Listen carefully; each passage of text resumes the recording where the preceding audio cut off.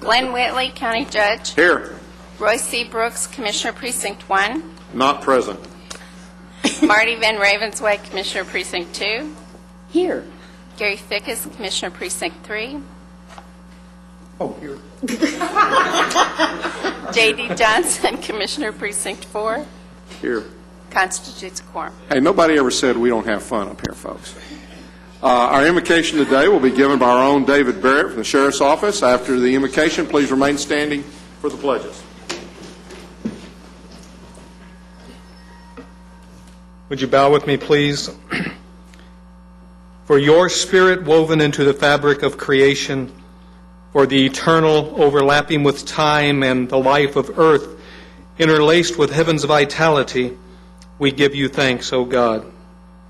For your untamed creativity, your boundless mystery, and your passionate yearnings planted deep in the soul of every human being, we give you thanks. Grant us the grace to reclaim these depths, to uncover this treasure, to liberate these longings, and in being set free in our own spirits, to act for the well-being of the world. In your name, amen. I pledge allegiance to the flag of the United States of America and to the republic for which it stands, one nation, under God, indivisible, with liberty and justice for all. Honor the Texas flag. I pledge allegiance to thee, Texas, one state, under God, one and indivisible.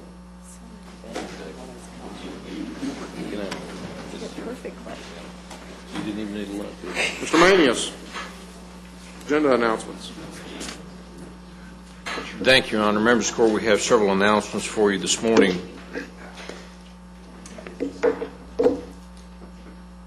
Excuse me.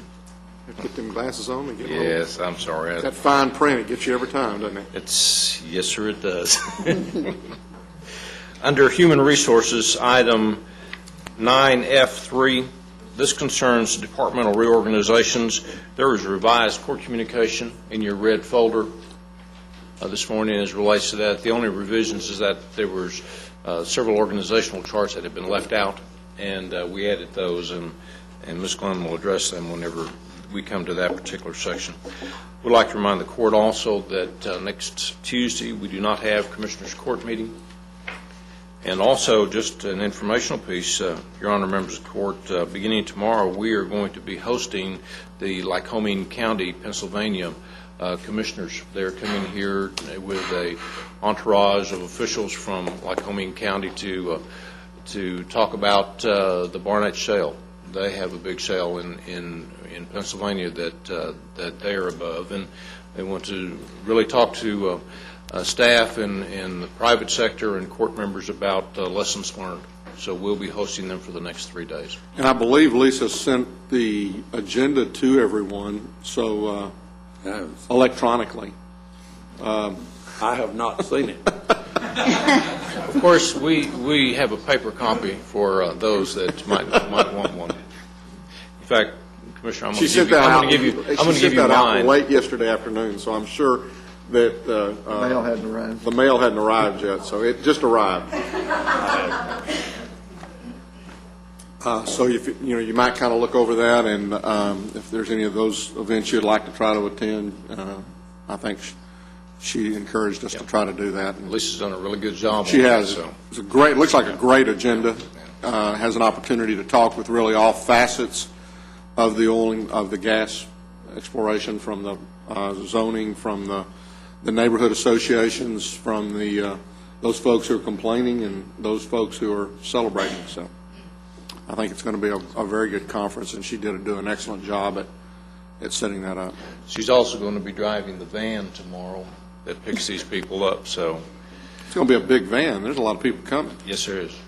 I thought we were going to use the sheriff's bus. That'll be the sheriff's van, probably. Okay. Thank you, Your Honor. Thank you. Next on the agenda is the approval of the minutes of our July 1st meeting. Move approval. Second. We have a motion and a second to approve the minutes. Further discussion? Please vote. Okay, we need to. Oh, sorry. No, you got yours. You need to kill Roy's. His button. I got the button. Okay. Motion passes unanimously. Next are proclamations, and Commissioner Johnson, I believe you have a proclamation this week. I have a proclamation, Watch Your Car Awareness Month. If you would read that into the records, please. Whereas motor vehicle crime is a serious property crime, it not only adversely impacts the economy and its victims' ability to provide for their families, it also leads to other criminal activity. And whereas Tarrant County, the Texas Department of Public Safety, Texas Department of Insurance, State Fire Marshal's Office, and National Insurance Crime Bureau, as well as the cities of Arlington, Euless, Fort Worth, Haltom City, Hurst, River Oaks, and Saginaw, all participate in a joint venture known as the Tarrant Regional Auto Crimes Task Force. And whereas the Tarrant Regional Auto Crimes Task Force is funded by a grant from the Texas Automobile Burglary and Theft Prevention Authority and local support. And whereas unlocked vehicles, keys in vehicles, and property left in vehicles play major roles in motor vehicle crimes in Tarrant County, and whereas the Texas Automobile Burglary and Theft Prevention Authority's slogan is Watch Your Car, and has designated July 2008 as Watch Your Car Awareness Month in Texas, now therefore be it resolved that we, the Commissioners Court of Tarrant County, do hereby declare the month of July 2008 as Watch Your Car Awareness Month, with special emphasis on alerting citizens to lock their vehicles, hide their belongings, and take their keys. In witness whereof, we have heretofore set our hands and caused the seal of Tarrant County to be affixed this 8th day of July 2008. Move approval. Second. We have a motion and a second. Any further discussion? Please vote. Motion passes unanimously. I have Commander Walt West and Janet Rogers from the Auto Theft Task Force here to receive this proclamation.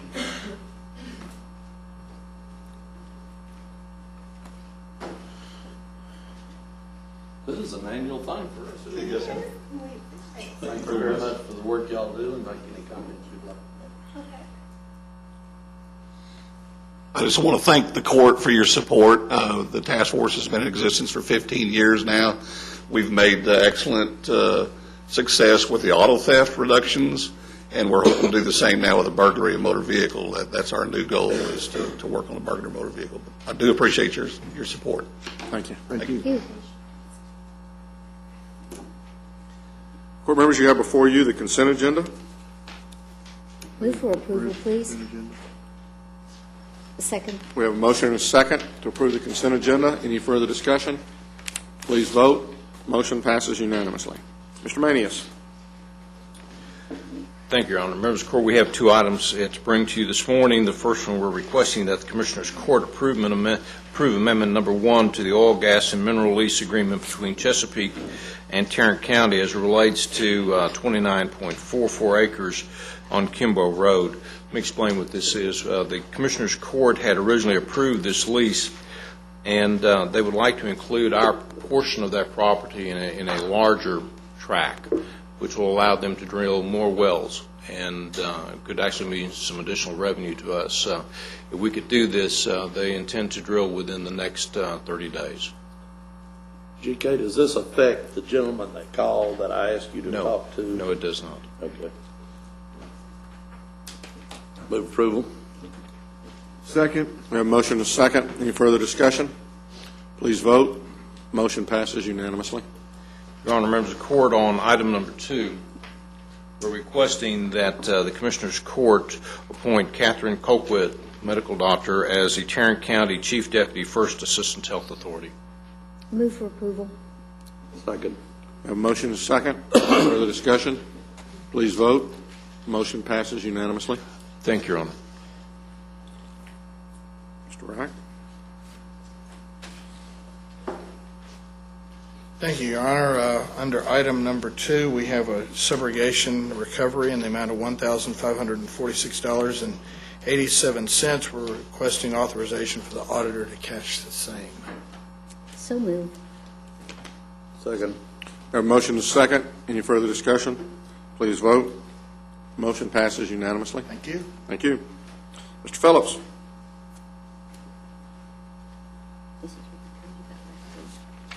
Good morning. Good morning. It is requested that Commissioners Court approve budget reallocation number 2 to the Steel Freeman Guarantee Maximum Price Contingency Fund to the respective trade contractors' contracts for the Southeast Subcourthouse project. Move for approval. On my written copy, it shows consent agenda item. On ours, it doesn't. Doesn't. Now, wait a minute, my written copy doesn't. Huh? My agenda doesn't, but you're saying yours does on the, That's, This is an official court document.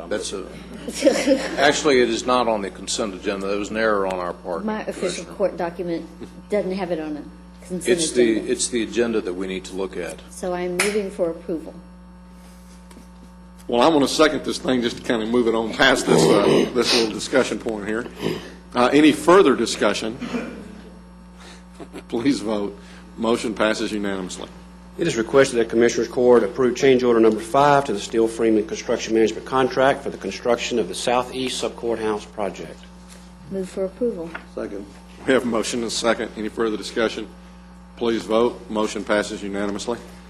It is requested that Commissioners Court approve amendment number 5 to the construction management contract to Steel Freeman for the Southeast Subcourthouse project. Move for approval. Second. Have a motion and a second. Any further discussion? Please vote. Motion passes unanimously. Moving on to the Miller Avenue project, it is requested that Commissioners Court approve change order number 4 to Conrail Construction Management Contract for the Miller Avenue project. Move for approval. Second. Any discussion? Kind of explain, this is an addition or a Yes. phase 2, is that correct? Yes, sir. What we've got here, Commissioner, is an amendment and a change order on this for this project. The change order is changes to work you've already approved in some previous court item. The amendment changes their contract and adds work to the guaranteed maximum price. This particular Miller Avenue project had 2 phases, basically. The first phase is the 15,000 square foot building. It's complete and been moved into. The second phase is the demolition of the existing front part of the Charles Griffin Subcourthouse, built in the late 70s. Because of structural issues, we're going to demolish it and rebuild approximately 7,500 square feet in its place for the tax office, and renovate the back half of that building for the public health department for their expansion.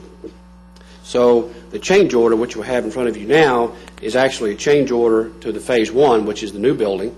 And all the change orders through number 4 are deductive, have a total negative value of $114,000, because the first 3 were deductive change orders. This is an additional change order. So if you add all the change orders regarding Phase 1, it's a negative $114,000. Any other discussion? Please vote. Motion passes unanimously. It is requested that Commissioners Court approve amendment number 5 to the construction management contract with Conrail for the Miller Avenue project. Again, this is for the Phase 2, which is taking the existing building and doing something with it. Move for approval. Second. We have a motion and a second. Any further discussion? Please vote. Motion passes unanimously. Thank you. Thank you. Well, I couldn't tell whether she's over or not. Move to receive and file personnel agenda. Second. We have a motion and a second. Receive and file personnel agenda. Any discussion? Please vote. Motion passes unanimously. Ms. Worthy? Yes, our second item is that we're requesting that you approve an organizational change by transferring of a deputy sheriff bailiff position from the sheriff's office to the 213th District Court.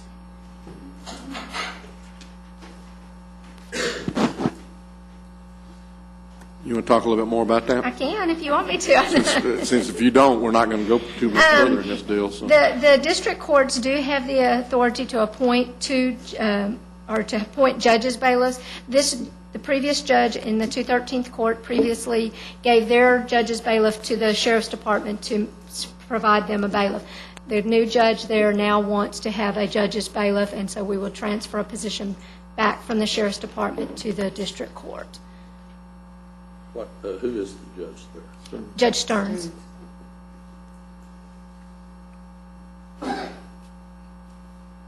There being no fiscal impact, I will move for approval. Second. We have a motion and a second. Any further discussion? Please vote. Motion passes unanimously. And our third item is going to be presented by Ange.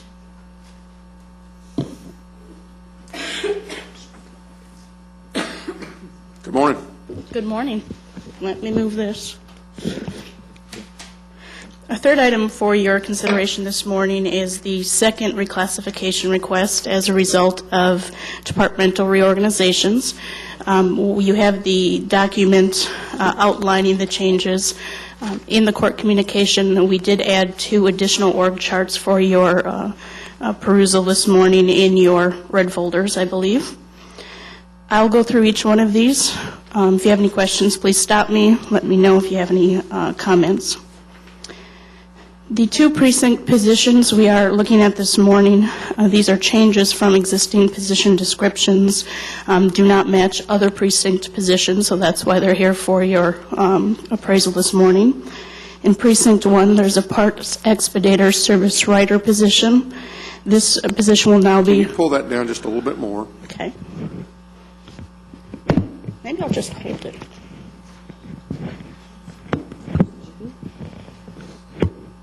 How's that? Any better? I think that helps. Okay.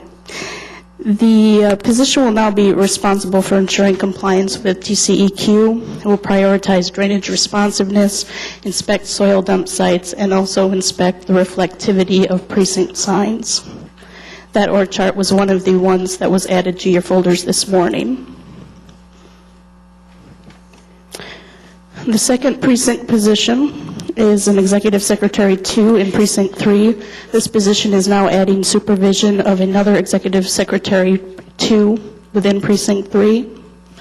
That org chart, the changes are reflected in org charts 1 and 2 that were attached to the agenda this morning.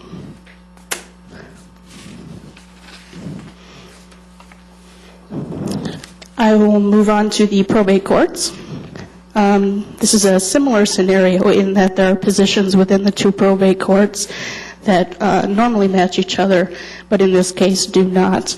The positions are all primarily changing due to changes with guardianship duties. The number 1 and number 2 are related to probate court number 1. Number 3 and number 4 are associated with probate court number 2. Essentially, all of them are changing duties, either completely or significantly due to changes in guardianship, investigation duties, handling more complex legal documents, and correspondence related to guardianship cases. The org charts for probate court 1 are number 3 and number 4. They're attached to your agenda. And for probate court number 2, those are the org charts numbered 5 and 6, also attached to your agenda. So as I'm reading the descriptions of all of these things, what we're doing is we're creating new position in effect in Precinct 1, and then in the 2 probate courts, it's just not similar. I mean, we're redoing a bunch of positions over in the probate courts. That's correct.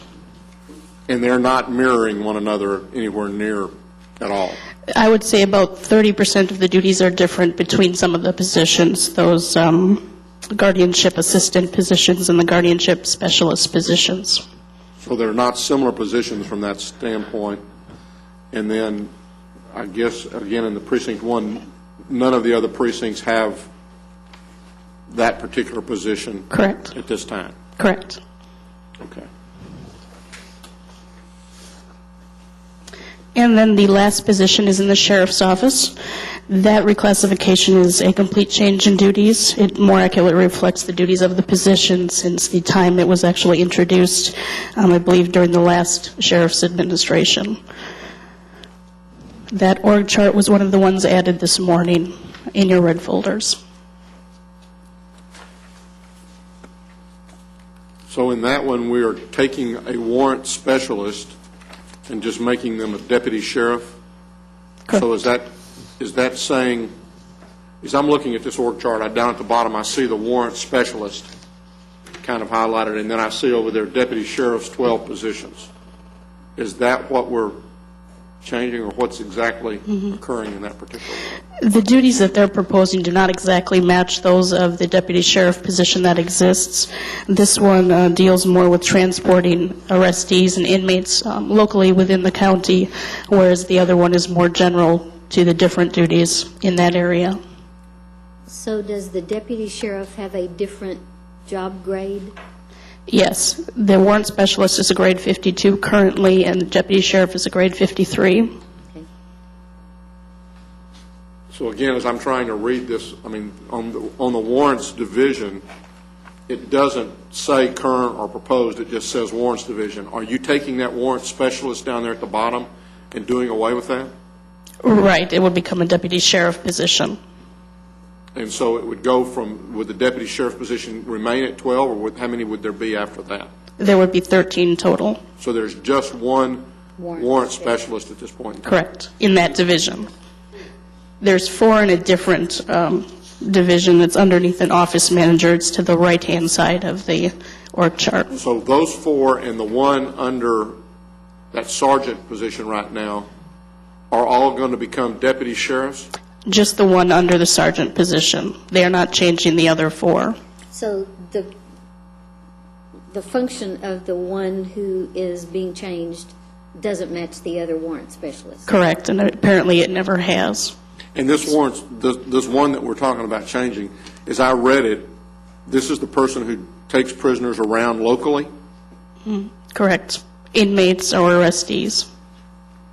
Say what? Say that again? Inmates or arrestees, individuals that are arrested, say at the cities, and need to be transported to the county Is there just facilities. one person that goes in that van, or are there not 2? Or Just one, from my understanding.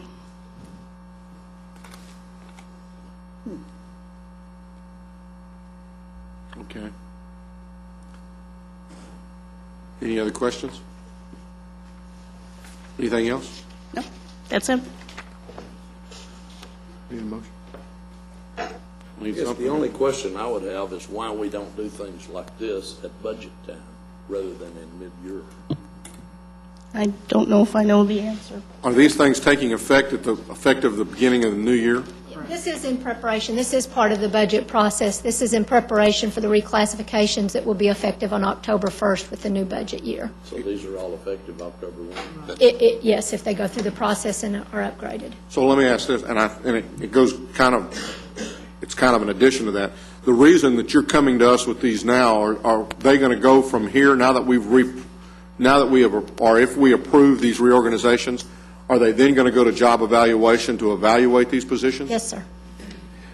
The court might remember that this is something that you all requested HR to do is before they even went to job evaluation. If those evaluations resulted in an organizational change, you all wanted to look at those org changes and approve them prior to them going to job evaluation. So this is the first step in a 2-step process.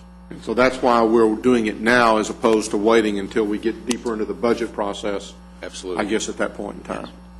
Yes. Okay. That's exactly why. Yeah, we typically try to finish our reclass processes late June, early July, so that we can pass that information on to budget so they can begin to do their salary calculations. And I know we've talked about this before with regards to the 2 probate courts. They just have different ways of doing They're things. never going to be the same. No. Yeah, from the guardianship aspect, that is absolutely correct. One takes a very legal approach, and the other one takes, probate 2 takes a social work approach to guardianships. So that is correct.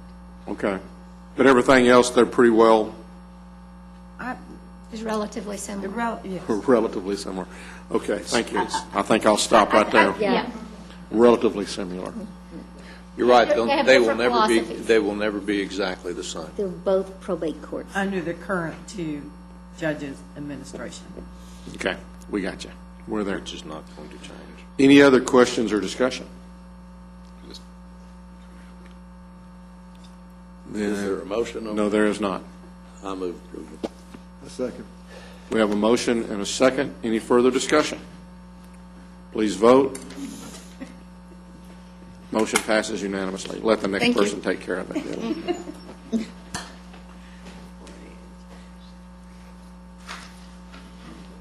Steve You're not- Smith I was going to is say, if Mr. Smith is up there, you're going Mr. to have to move that thing up a little bit. I know, I'd have You're to about move it. halfway in between him about and her. over here, I think. Well, he's still on vacation, so we're here to seek approval of statement of work agreement with Sage Group for the SAP upgrade from BW 3.5 to BI 7.0. Move for approval. Second. We have a motion and a second. Any further discussion? Please vote. Motion passes unanimously. Thank you. Mr. Turner, come on down. Thank you, sir. Good morning. Good morning. I'm excited to be here for you and talk about our JCMS project once again. Before I do, I would like to again express my appreciation and thanks to several people, our IT staff who have been working diligently with us on this project, representatives from the county administrator's office, including GK himself and his involvement with the process. And then as our chairman of our oversight board, Commissioner Van Ravensway, as we have worked through this issue over the past couple of years. Today, what I want to present to you is what we've been referring to, or we're referring to as Amendment Number 3 to our interlocal agreement with the Texas Conference of Urban Counties to continue our participation in our TechShare program for the development of our juvenile case management system. As some background information, again, that is a collaboration between Tarrant County, Dallas County, Bexar County, the Texas Conference of Urban Counties, and the part of the amendment today is to approve the ILA that actually strengthens our relationship with the Texas Juvenile Probation Commission as a full partner in the project. We have completed all of the initial work that we had entered into effective last January of 2007. We actually completed our work with Sierra System in our elaboration phase, which actually came in about 10% under budget, so we're extremely pleased with that. We are now ready to move forward, and the Oversight Board has recommended from the funding counties that we move forward with a new contract with a group called Headspring Systems out of Austin.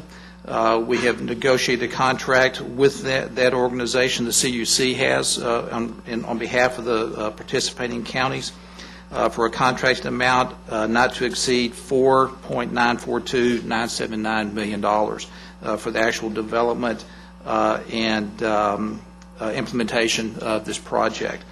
We are recommending approval of the third amendment to the addendum, which confirms again our participation in the project, defining more clearly the role of the Texas Juvenile Probation Commission, and it does have some modifications concerning the requirements of a performance bond to include additional options for a letter of credit or significant holdback, which again we have dealt with through our Headspring contract. So we are ready to move forward. We've also updated our financial plan given the current status, the expenditures that we have seen to date, as well as continuing on in the project for the next year. I would say that there is no any additional financial impact over and beyond what has already been approved by the court for our involvement in this project. The only change has been in the total project cost that you will see in the financial plan. Dallas County included about another $200,000 for their portion of the actual implementation for their county. So the actual full cost of the project remains the same as it was previously, and again, there's no additional commitment of financial resources from Tarrant County. Second. Have a motion and a second. Any further discussion? Please vote. Motion passes unanimously. Thank you very much. Mr. Beecham.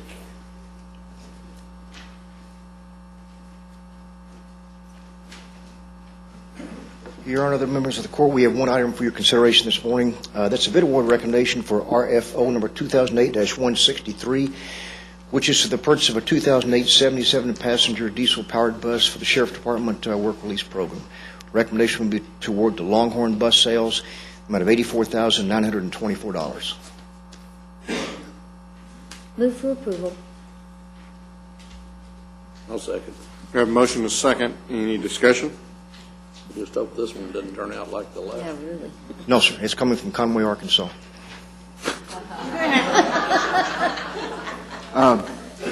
Just had to go there, didn't we? Never mind. How green is this bus? It meets the California clean air requirements. Be painted white. Have you seen this?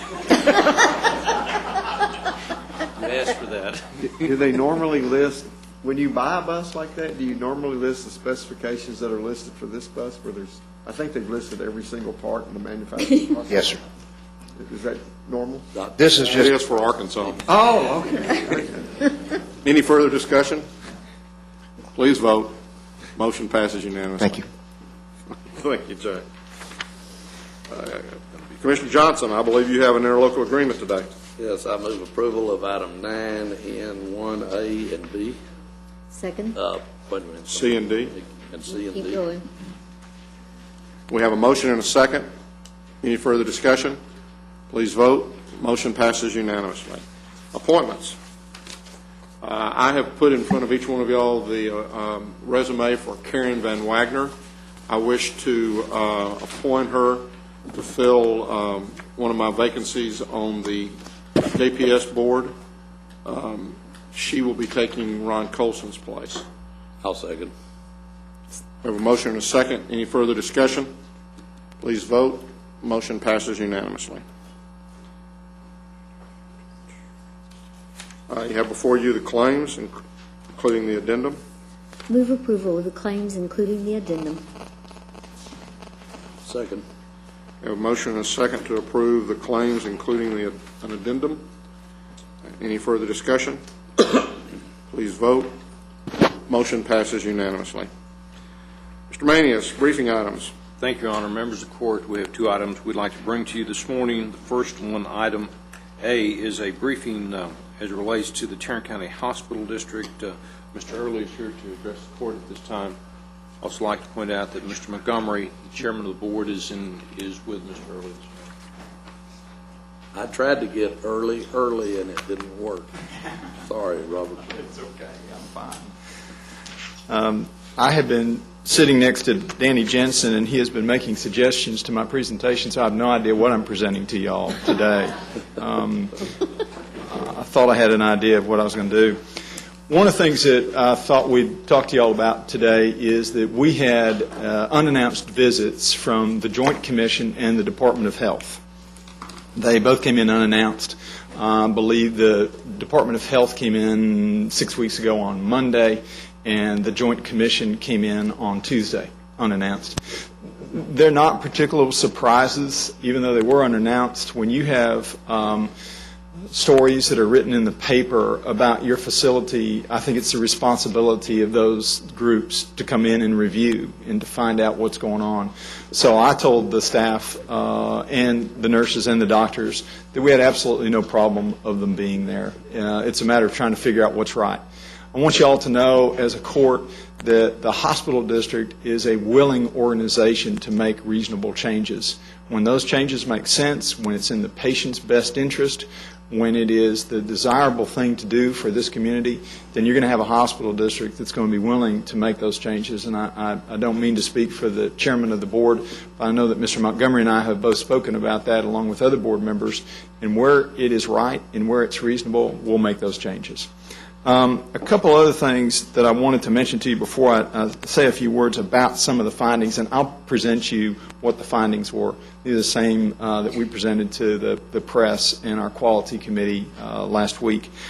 One of the things that, in a digression, that I would like to propose to the court, if you would have me, is I would like on a periodic basis to come before the Commissioners Court and give you updates in a public setting about what's happening at the hospital district, and let you all know in this particular setting what those circumstances are, both some of the things that we're doing, some of the things that we find challenges on, and some of the changes we're making, and some of the things we're preserving and protecting and moving forward on.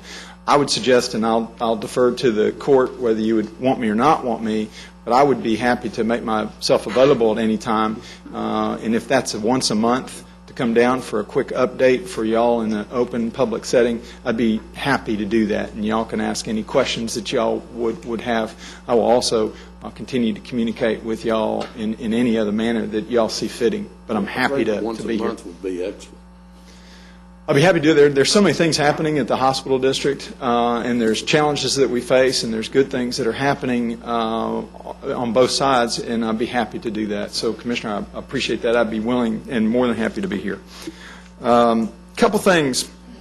When the review groups came in, the Joint Commission and the Health Department, one of the things that one needs to put in perspective is they have the right to put us under conditional accreditation or limit our accreditation in some way. Neither group did that. We were not placed on any type of a status, of a conditional status or anything else. Their findings were accurate. We went through that process. They spent the better part of a week with us, with the Joint Commission, and the Department of Health spent on and off about 2.5 weeks with us, going over everything. Our staff, our doctors and our nurses were quite professional, gave them access to everything, our records, and took them around and showed them everything. A couple of the highlights, and again, I'll provide you the paperwork on this so that you'll see every sighting that they had, both Joint and Health Department, but I thought I'd hit a couple of them. One of the things that the Department of Health said is that we have privacy issues, and we do have privacy issues at JPS. We run the risk of violating HIPAA, and we have an issue with privacy because oftentimes when we reach capacity, we're putting people not behind doors and in rooms, but behind curtains. And when a doctor is in talking to that patient, the curtain next door can hear, and that's going to be a violation of one's privacy. A great deal of that has been remedied by moving to the new pavilion. We now have individual rooms in our short stay unit and our acute care units, which will help alleviate that. But when we hit capacity, that's going to be a difficult challenge. Are all of those rooms private? Yes, sir, they are. They are in the new pavilion. All the acute care and those post-op obviously is not. Post-op is a curtain, but there's not really communication in a post-op setting. But in our acute care, in our triage, we try to make that. We do have one challenge right now. We have a room called the green room, and that's where we try to do triage. We try to get people, when people immediately get in, we try to get them in that room. That's sort of a large room where people are. I'd really like to talk to the staff last night as I toured it at about 11:30. I'd like to make some changes to that room because I still think we have some violations there on privacy issues. The other thing, it's a glassed room, and we have nurses with computers right on the other side of that. If you wanted to put yourself in front of that glass, you could look right at those computers. They've ordered protective screens so that you can't read those, but still, I think we need to go and look at that very closely. The other thing that they talked about in both the Health Department and the Joint Commission is infection control, particularly surrounding our laundry. Our laundry was antiquated. Our laundry had equipment that was old. Our laundry had a system that didn't work right. We immediately shut the laundry down and outsourced all of our laundry, and we have continued to do that. Prior to the Department of Health coming in, the Joint Commission coming, we had already ordered all new equipment for our laundry, and that equipment arrived and is being put in place currently. It's huge equipment, and it takes quite a bit. We got cranes that are bringing it in. We also have replaced all the air conditioning units throughout there. Costly, but had to be done. I was a little curious as to why it wasn't done sooner, but that's definitely been changed. And a lot of the situations in the reports have been remedied merely by the move to the new pavilion. One of the things that we had is a lot of issues with our charts. Charts not being updated as they should. Is that something that I did? No. Excuse me, I'm sorry. If Waller was here, I'd accuse him of it, but since he's not, then I can't do that. I didn't bring the PowerPoint for that very reason, so that you wouldn't. It's Danny Jensen. I've heard that before. Yes, ma'am. One of the things is making sure that we have medical reconciliations in our charts, making sure that our charts are up to date, and that's a diligence that our nurses and our medical staff have to do. The other thing that the Joint Commission noted that we will contest is the use of abbreviations. There are various abbreviations for medications, procedures, and protocols.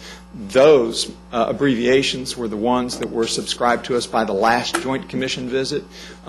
We subscribed to that. This time the Joint Commission said, no, we don't want those abbreviations. So we are kindly suggesting to them to tell us what page they're on.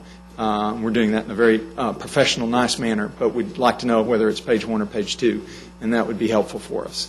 So we're doing that. The Joint Commission and Health Department do give you time to contest what they've said, and we're doing that, and then they give you 45 days to remedy it. The other thing I think that we need to definitely deal with is we have changed our environmental services company. A company named Crothall, and we've changed that company to Sodexo. They will come in place in October. However, a caveat, and I've noticed this as I tour the facilities, that EVS system is only going to be as good as we mandate they be, and we monitor them and we watch them. If our process is poor, then it doesn't matter what environmental services company you got in there. And I'll give you a prime example. We had a room where they were stacking trash in, and that's fine, but you've got to take your due diligence to make sure, as people that own that hospital, that we're telling them, time to remove the trash, move it on, get it out. That situation needs to constantly be a diligence on our part, too. We need to take responsibility when it comes to environmental services as well. Just hiring a new company will not fix it if we're not taking ownership of the facility. Robert, why would we be housing a room inside a hospital to gather all of our trash? It's not all the trash. It's the linens and those type of things that are gathered up during that time period. You would be literally running bag to bag to bag to bag all day long. So they house it in a sealed off area for a period of time. But that needs to be taken care of on a 8 to 10 hour basis. So we don't have what is referred to as a trash room inside that hospital where all the trash and stuff is brought in? Not that I'm aware of a trash room. What I have seen is linens and things that you'll use during the day that you couldn't literally take out bag by bag. But I have been somewhat disappointed to see bags that weren't taken care of in a timely manner. I think that's what we're going to address. In the hospital business to have rooms on each floor called soiled linen. Right. Okay, where they accumulate that and then it's picked up on a regular basis and moved down to. But that's going down to the laundry. That's not. Right. That's not Some trash, is I it? know, but still. Vernacular on my part is probably wrong as far as trash. There's one for the trash too. So they usually separate the two. But you're talking about, when you talk about this trash you're referring to, that's stuff that's going to the dump. Yes, there's both of it, and linens and trash going to the dump. I think we, on part of the organization, have to have a due diligence. I don't want anybody to have a misnomer simply because we hire a new environmental services company that everything's going to be great. We have to take ownership of our own hallways, and we have to take ownership of our areas and make sure that they're clean and make sure that we have the due diligence to deal with it. Is the company you're removing, are they on board till October? They actually are on board, but they have an incentive to continue to do well because they want to make sure that we have some type of a relationship, because they obviously are going to go elsewhere and they're going to want to get other jobs and they're going to want to do well. So they have, at least at this point, done well at dealing with us. They have not abandoned us or left or caused problems to be worse in any way. But I think it's a key role. The other thing that they found, and this is interesting but will be costly for the hospital district, is our breaker boxes. We have electrical breaker boxes, as one would expect in an institution as large as ours, throughout the entire building. And some of our breakers were not labeled properly. Some of them that were vacant were not labeled vacant. Some of them that were to this hallway were not labeled as that hallway. They cited us for that, and we have to go through and remark and relabel all those breaker boxes. In order to do that, we're going to have to bring an electrician in to spend the time to go through and look at every breaker box, test them, and label them properly. I don't know the final number on that, but that will be expensive to do. I sure hope that we don't have anybody hooked up to the art machine when they're testing that particular breaker one. Are you doing that in-house, or are you having a private contractor do it? Or? Yes, we're going to do it with a private contractor. We don't have the capability for our electricians to go through every one of those boxes and verify it. We thought best to go to a third party, outside source, and they will not be hooked up to the HARP machines. But that's a good point. So that pretty much is intended to give you a bit of an overview, and I have this here. I do apologize. Before I left this morning, I made the copies myself, which is never a smart thing to do, and I highlighted the laundry, and it stayed highlighted on every copy, so just so you know, it's not to bring that out. I wanted to make sure that I mentioned the laundry issue to you. A couple other things. This information was shared at the Quality Committee meeting last Thursday. That's not historically been the case. We shared the information for the board members and the public and the press at that time. It was an open meeting, not a closed meeting. It was an open meeting, yes, sir. None of this was discussed in closed. And I want to make sure that we establish a level of rapport with our community and with the press and others that will be as fair as possible at releasing information and communicating to folks. Now, there's a fairness issue there. I had communicated to the press that we would share this information with our board at the same time we presented it to them, because I don't want to be in a situation where board members are reading what's happening in the hospital district through the newspaper. I don't think that's fair. And to due respect to Mr. Spangler realized that point and understood that, and he appreciated that. I wanted to bring it to our board members and bring it to the press and the public at the same time. One of the things that I think is very important that came out in that Quality Committee meeting, thanks to the chair of the committee and other members of that committee, Dr. Floyd and others, is every one of these points that were cited in the two reports, they want a monthly update from staff. And I think that's good, because what you don't want to do is wipe your brow and go, good, we made it through that report, and we got a few things to fix, and we'll fix them. I think it's an ongoing process. And I think any time you have these groups come in and audit your organization, they're going to find issues. In fact, on a very somewhat somber note but candid note, one of the inspectors from Joint Commission, he said, it's our job to find something, and we will find something before we leave here. I appreciated his candor, but didn't appreciate the words. So in that case, I think the important thing is that we monitor these on a monthly basis, and we make sure that they're corrected, not for the time being, but for good, and continue on in that process. The Joint Commission will be coming back for a regular visit sometime in the next 6 months, and we'll probably have additional issues and different issues that they will bring up. And every time inspectors come in, one inspector can see things differently than another inspector. And that's part of the business. We understand that. I will give these to Mr. Manius, if that's proper. Give them to you. Thank you. The top report is the report from the Department of Health and the sightings. This is the same information that we had provided at the Quality Committee. And then behind that is the issues from Joint Commission. I think, Commissioner, let me give you this. This is the Joint Commission now. The one I gave you is the Health Department, and this is Joint Commission. Thank you.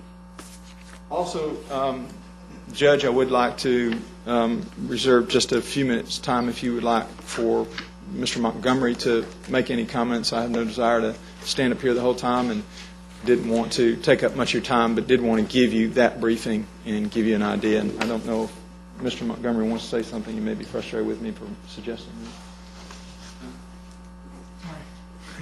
that. Good morning. Thank you for letting me be here. I just wanted to reiterate and echo some of the things Robert said.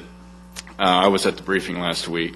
One thing I did want to point out was during the briefing we received a detailed point-by-point update on what the staff was doing to address each one of these issues, and the plan not only to remedy them now but going forward.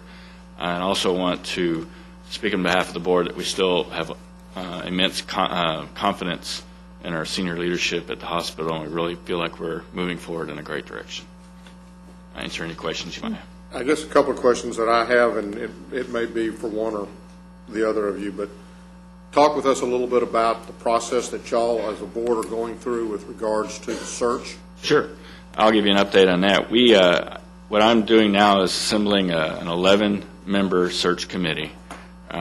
We've got several people we've notified or requested, and they're contemplating whether they are willing to serve on it. Most people have agreed to. I think it's going to be a very diverse committee representing all parts of the county, and from the medical community, from the business community. we have sent out 12 requests to 12 firms, national firms for search, to give us their qualifications, and then we'll assemble those and work through them, and then maybe select half a dozen of them to interview, and then narrow that down, and the board will select one, and then we'll initiate our national search. As you go through that, I would really like for the board to look at, as you look in the compensation issue. Yes, sir. That you look at the other public hospitals in Texas and try to at least somewhat mirror what those organizations have with regards to compensation, with regards to incentives, with regards to severance packages, and I would sincerely hope that we're not leaders in the field. You have my pledge on that. I think we probably are right now. Well, I would like to bring us in line with our peers. With regards also, some other things that I just kind of noted as Mr. Early was talking. I know y'all are in the middle of your budget right now. Before you get to the finalization of that, I would hope that you could come to court and talk about budget priorities.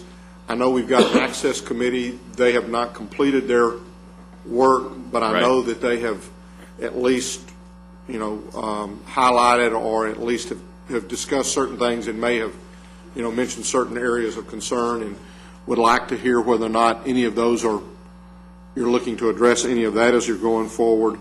I agree with Commissioner Johnson. I think coming up here monthly would be a very good idea. And then I hope that as you ask the hospital to come to you on a monthly basis and address some of the issues that were raised by these two different groups, but that there might even be some sort of an internal monitoring that would be independent of the various departments, or some outside group that would be independent. Sure. That would go in and also report to the board on a monthly basis, that would give their opinion as to how improvements are being made.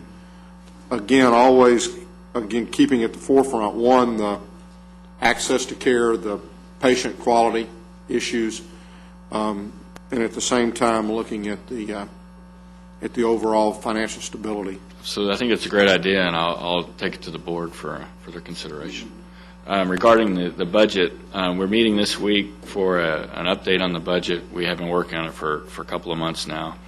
I think the board will take some action on it in August, and we'll communicate to the court what our priorities are, and hopefully get some feedback from you on if they match your priorities as well. I think Mr. Early may step up, and we're redefining the budget process, recasting it in a way I think is more open and more attentive to how the money comes into the institution and the variations that we'll get on federal dollars. Trying to match up how we spend according to how we get, and so that we don't end up at the end of the year with maybe an overabundance in our surplus. Well, and I think along that same line, we have talked the last 2 years about the building surpluses. Exactly. We also have talked about in those links, in those terms, about the new building coming online. The building is online now. I would hope that we could have some sort of either a reconciliation or something that says, here's where we are in reserves, here's what we've got in the form of the building. Exactly. Here's what we think our operational costs are going to be going forward. And if we're going to continue to, if there's a reason to continue to build reserves, we need to hear that, but let's not totally rule out reducing the tax rate. Exactly right. Because I know that's going to be something that we're going to be looking for. That's something I would also like to certainly echo on the tax rate. At least I want you to look at that and see if we can give the citizens back some of their money. Yes, sir. Commissioner Johnson? I got a couple of things. Sorry. Steve, it's my understanding that the auditor is leaving hospital district.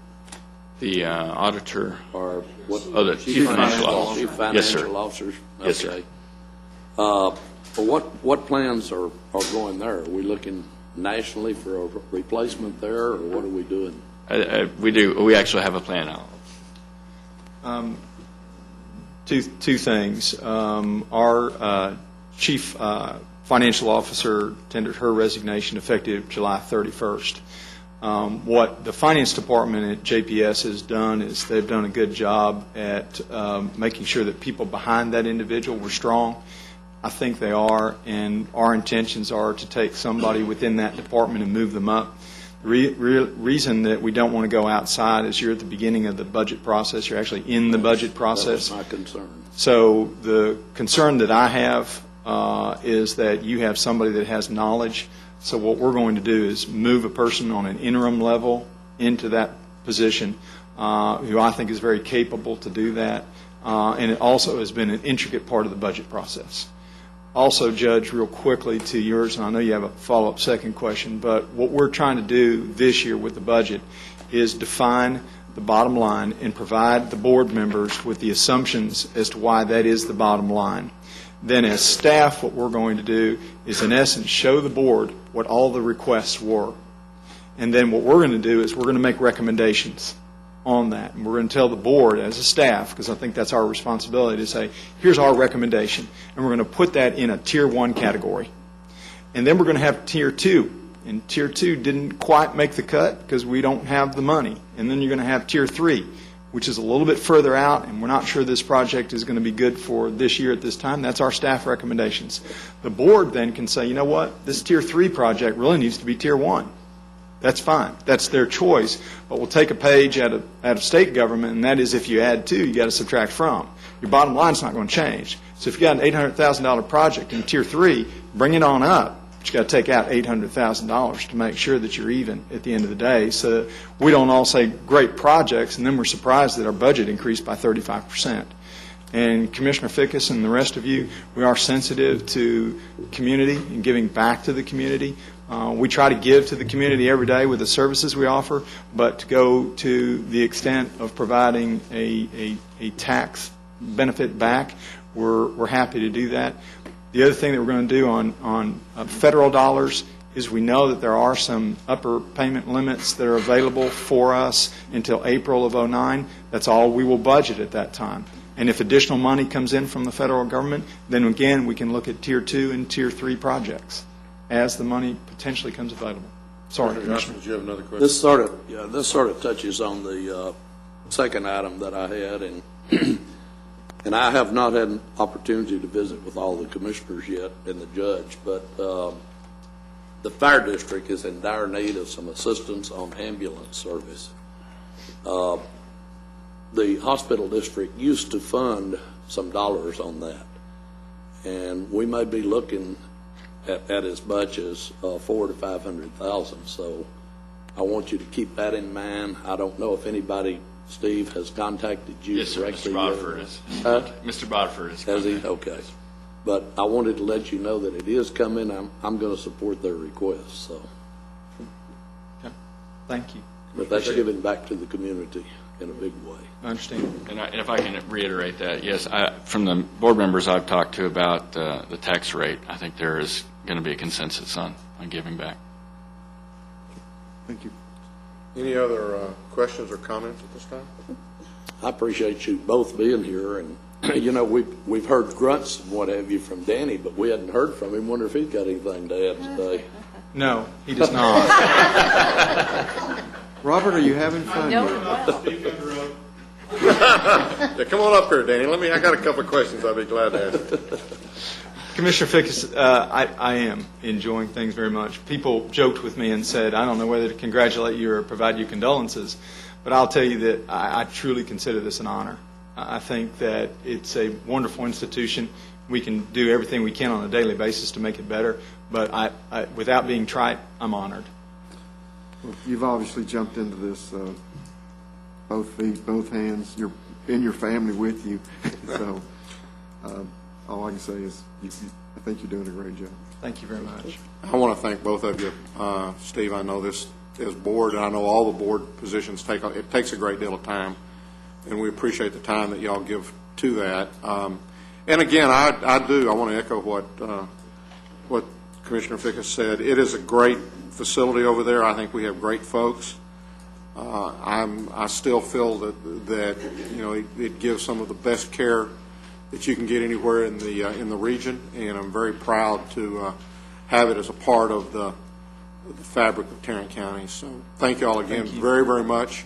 And we'll look forward to the next monthly meeting, which sometime in August. And I think that, again, I guess at that one we'll kind of get more into the budget priorities. And let's talk a little bit, if we need, if more of the board members want to be here and we want to have a joint meeting, then that may be an opportunity to do that. And we can maybe have a workshop after our court one day, and then we can go back and have an opportunity to really sit down and kind of talk about some of those issues. Appreciate the opportunity. Thank y'all. Thank you. Mr. Manius. Your Honor, we have one other item we'd like to bring to the court this morning. This concerns the county's 2008 Employee Wellness Program. Ms. Hancock is here to address the court at this time. I just want you to know I've been gaining all the weight I can so that I can lose it when it comes. Oh, no, that's not the way to do it, but, if that's your choice, we'll take it. Okay, good morning to you. I'm here to discuss some of the things that we've done with the committee, the Wellness Committee's done the last year or so, and some of the results from the program. So, one of the first things we want to talk about is the fitness room. We designed new rules and guidelines that apply to all 7 facilities, so it kind of brought everybody under one umbrella. The DA's department updated the release form, and we now have a separate release form that applies to non-county employees that are allowed to use the facility, such as CSCD employees or Resource Connection tenants. And we put the fitness room orientation online. It's on the employee website, so it can be accessed 24/7. So that's helped a lot of people get that orientation in. And all the locations now have a security card entrance, and we are in the process of getting all of those activated. And we have updated all the current users at that time. They had to go back through an update and sign the new release and sign off on the rules and regulations to continue using the facilities. And then next, we worked on the WOW Rewards program, which we came up with a name, first of all, that was Working on Wellness, or WOW. We selected a logo, which you'll see up there in the upper right-hand corner, that Jim Duff designed for us. And then we went about designing the actual program, which took a lot of work. But the basic design is you do a pre-health risk assessment. Then within the year, you choose various tasks and activities to work on to earn points. Then you do a post-health risk assessment. And next, what we're going to talk about is the health risk assessment that we did last year.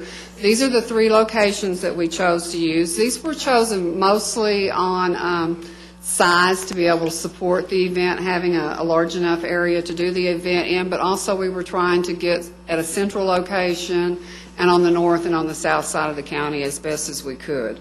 And we had 865 participants participate, and here's one of our celebrity participants.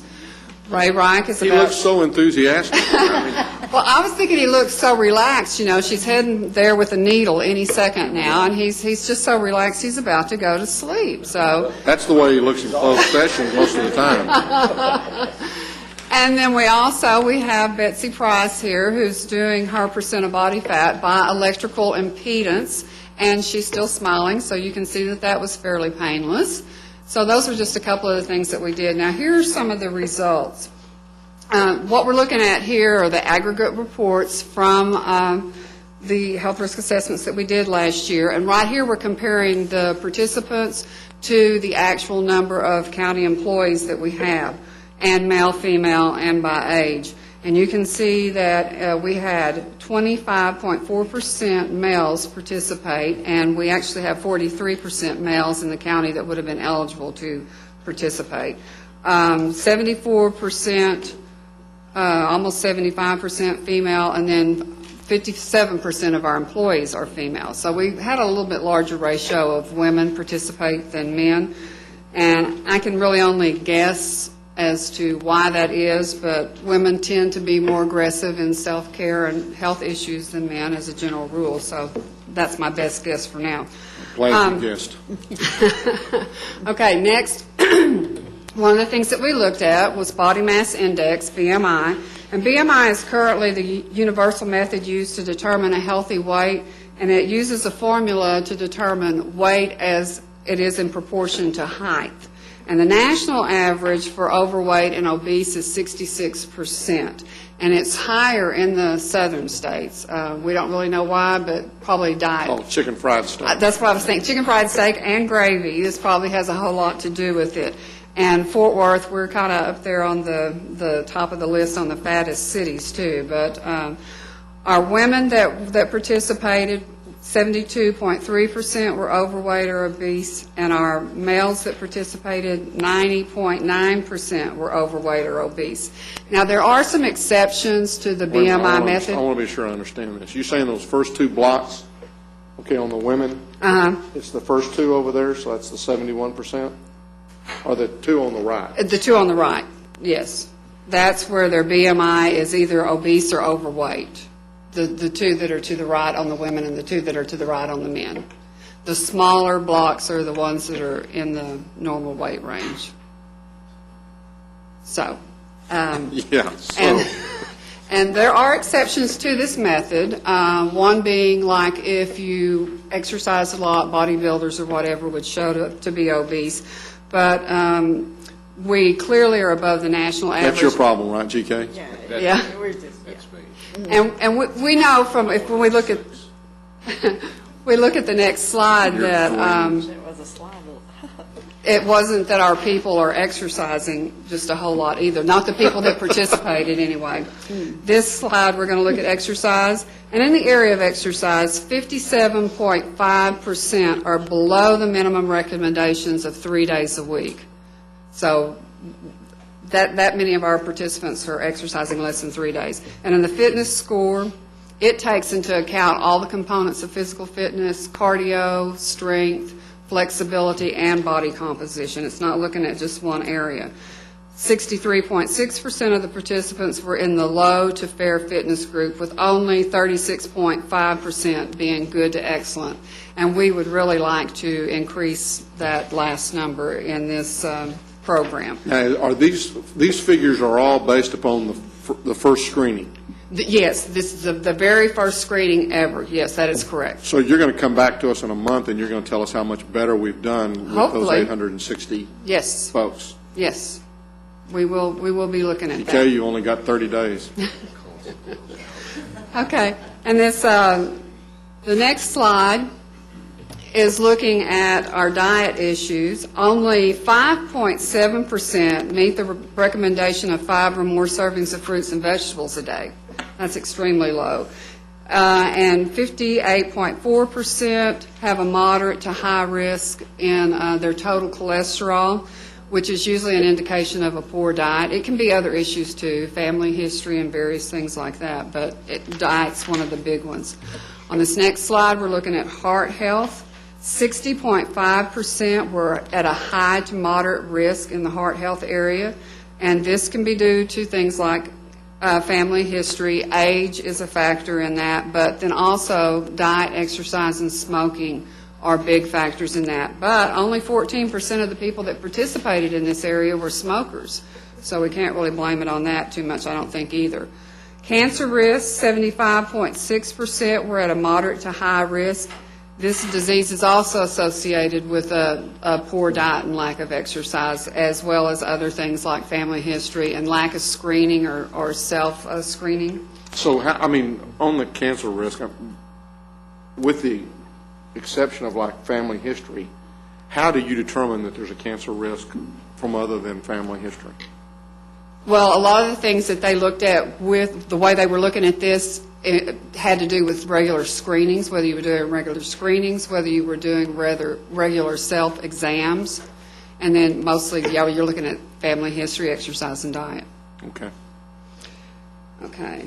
And now, after the beginning of the wellness program and the rewards, we started to see an increase in participation. The wellness fair, we increased 250 sign-off sheets. That's where they went around to visit booths, got education, and got someone to sign off on it. Walk Across Texas, we had an increase of 31 teams this year. That's 248 more employees that participated this year. We had a total of 487 participants, and these participants reported 665.75 pounds lost. So I think that's a big indication that people are taking this serious, and when you know you're going to have to go weigh in next year, you would like to try to do better. And our STEPS program, we don't have final numbers on that yet, but we have an idea that we got a lot better participation in that this year as well. So we really think our program is working.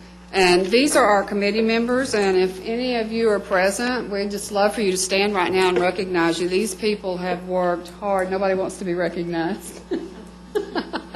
But they've really put a lot of work into helping to put this program together and making it work, and we really, really appreciate it. And now it's time for, do I have a slide missing? Nope, I just hit it heavy, I guess. Where it's time for our post-assessments, and this will be the pre-assessments for new people starting as well. But those 865 plus whatever new people we pick up. These are our dates. We're going to the same locations. And we really appreciate the support that we've gotten in the past from the court, from the supervisors, department heads, elected officials, and everybody right on down the line, because it takes the encouragement from the top down to get people to participate in something like this. So we just hope to have a whole lot more people participate this year. I would really encourage all department heads, everybody, to let their employees participate, take off, go and get this assessment done. Because I do, I'm very anxious to see the results of, this first post-assessment and see how this worked out. And I think it's a good program, and I think I hear all over the country counties that are, very positive about the wellness programs that they've set forth. So we just need to keep working on it. Thank you for your support. Thanks. Thank you. Any other questions? Any questions at this time? Y'all are all going to come, right? Right. Be there this year. I'm gonna really make an attempt to get in there this year. GK and I are going to come down together. I'll bring him, okay? Okay. Thank you. JD and I are coming together. Let's get shots while we're at it. We can only go so far, Commissioner. Your Honor, that's all we have at this time. Okay. The Commissioners Court will now recess the open session and proceed to closed session to discuss items exempted under sections 551.071, 072, 074, 076, and 087 of the Texas Government Code. Right.